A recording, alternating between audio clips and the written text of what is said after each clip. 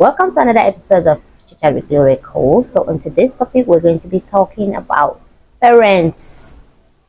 If you're a parent here, please come closer. If you have kids and you have been making it obviously clear for your kids to know that this is my favorite child, this is my favorite son, this is my favorite daughter, it's about time you stopped that.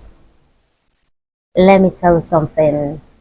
A lot has been happening to our generation, and I can only imagine how it's gonna be 3-4 generations down from us. Guys, there was a time we used to be very close with our cousins. Am I right? So if you're here watching this video and you know that somehow you're still very close to your cousins, okay, congratulations to you. You might want to work on that very well to ensure that that continues for a very long time. Because of all these differences that parents tend to show to their children due to whatever reasons, sometimes parents don't really know, or they ignore the fact that it's obvious to everyone that, oh, this is my favorite son. My dad has a favorite son, favorite daughter that we all know about. Now, my cousins from both sides of, paternal and maternal, we're not as close as we used to be while growing up. And I can categorically tell you that it has a lot with how the parents were being treated, how our parents were being treated by their parents. Yeah, I said that. I see what I said. So please, if you're a parent here and you know that you used to show differences, sometimes parents tend to show difference based on material possessions. Out of your children, who has more words than the other, you tend to be more favorable towards that particular child, and by extension towards their children, talking about your own grandchildren, and then sometimes parents tend to be tilted towards children with the most influence. Maybe this your child has a political position that kind of place them, better, so to speak, in the society. You tend to tilt towards them, showing some little favors towards them than the other kids.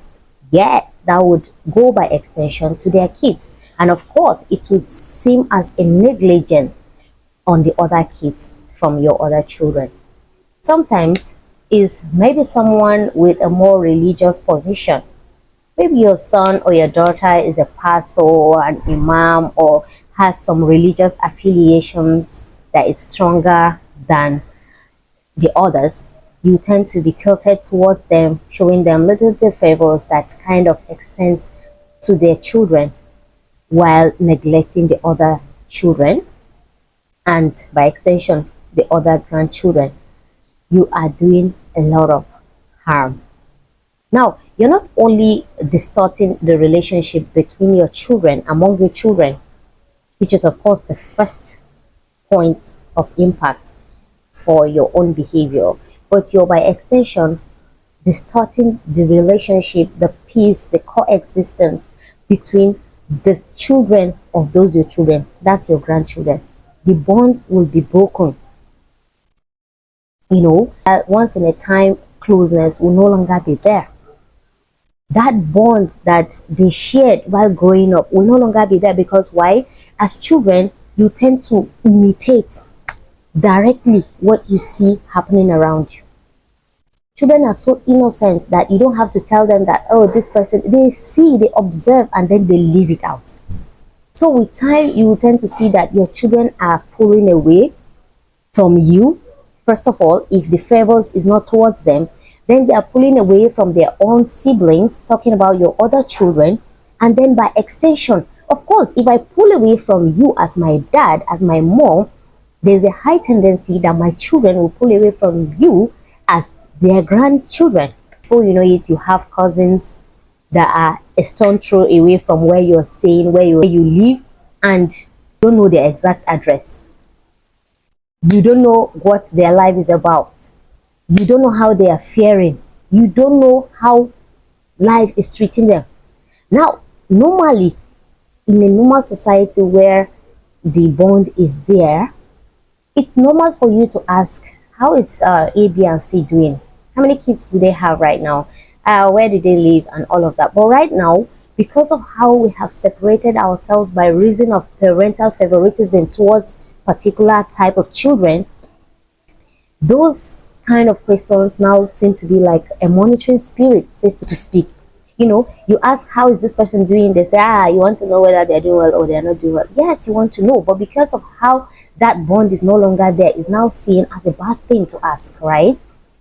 You have cousins that you don't know where they live. You have first cousins that you don't know how many kids they have. You have first cousins that have kids in the same school with your own children and they don't know each other. Yes, yes. But we're all over the internet, we're all over social media, and our relationship at the grassroots are suffering.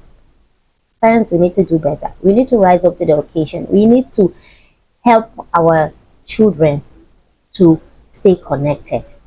We need to lessen that burden that we put on them by reason of showing favors more towards some of them than towards the others.